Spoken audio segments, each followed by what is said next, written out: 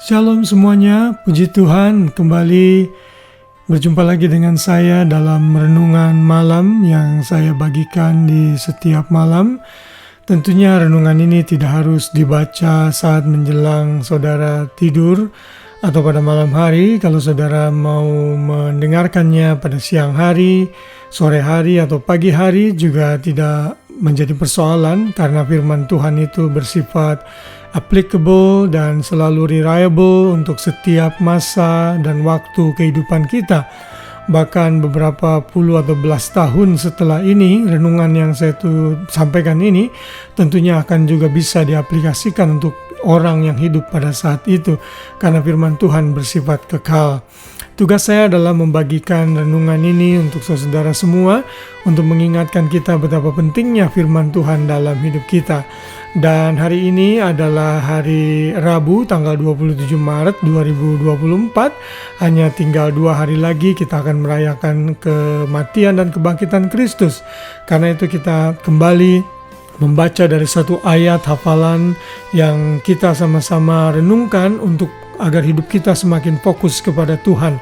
Ini adalah ayat mengenai doa syafaat Tuhan Yesus bagi murid-muridnya yang juga terus akan berkembang sampai kepada kita sebagai buah hasil pelayanan para rasul tentunya. Yohanes 17 ayat 23 adalah ayat hafalan kita atau ayat emas hari ini yang berbunyi demikian. Aku di dalam mereka dan engkau di dalam aku, supaya mereka sempurna menjadi satu, agar dunia tahu bahwa engkau yang telah mengutus aku dan bahwa engkau mengasihi mereka sama seperti engkau mengasihi aku. Wow, kalau Bapak Ibu Saudara ingin mengerti hati Tuhan Yesus mengenai kita sebagai murid-muridnya, silakan membaca seluruh porsi Yohanes pasal yang ke-17 ini. Ini adalah ayat doa syafaat dari Tuhan Yesus setelah ia berada di Taman Getsemani dan dia menengadahkan langit lalu berdoa kepada Bapa dan menaikkan doa syafaat untuk murid-muridnya. Tentunya doa syafaat ini bukan hanya untuk 12 rasul atau dikurangi Yudas 11 rasul pada saat itu, tapi berkembang kepada kita.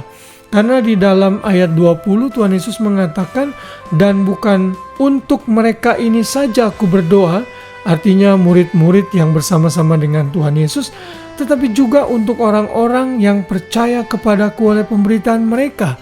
Itu adalah saudara dan saya. Nah, kerinduan hati Tuhan Yesus ini digambarkan dalam seluruh pasal 17 ini. Bagaimana Tuhan Yesus menghendaki ia dipermuliakan di dalam kita, lalu dia juga menghendaki kita semua agar tidak terkontaminasi dengan dunia ini, agar kita dikuduskan dengan firman Tuhan. Dan dalam ayat hafalan kita, Tuhan Yesus menyatakan agar kita bersatu di dalam Kristus.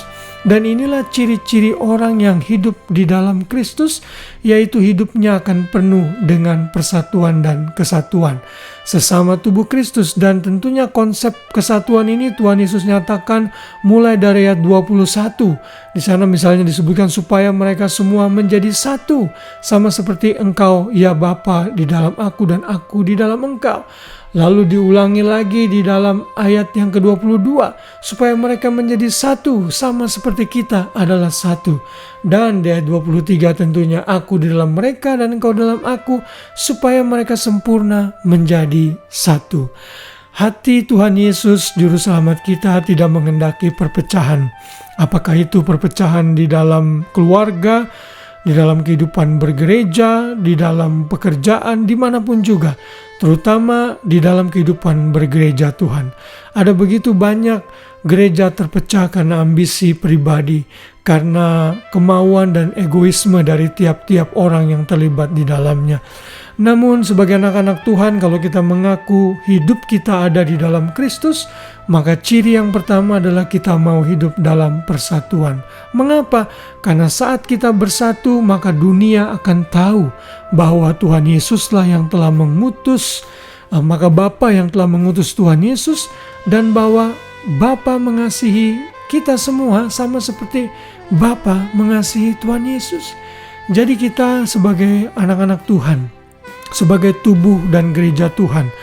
Doesn't matter apapun denominasi kita, Tuhan mengendaki kita hidup dalam persatuan dan kesatuan, sama-sama memberitakan Injil untuk kemuliaan bagi nama Tuhan.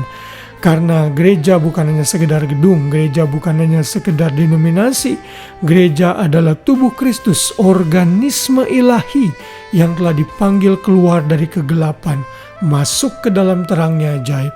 Saat gereja berdiam di dalam Kristus dan Kristus adalah kepalanya, maka kita semua sebagai murid-muridnya wajib hidup dalam kesatuan, karena dengan demikian orang lain akan tahu bahwa Kristus ada di dalam kita.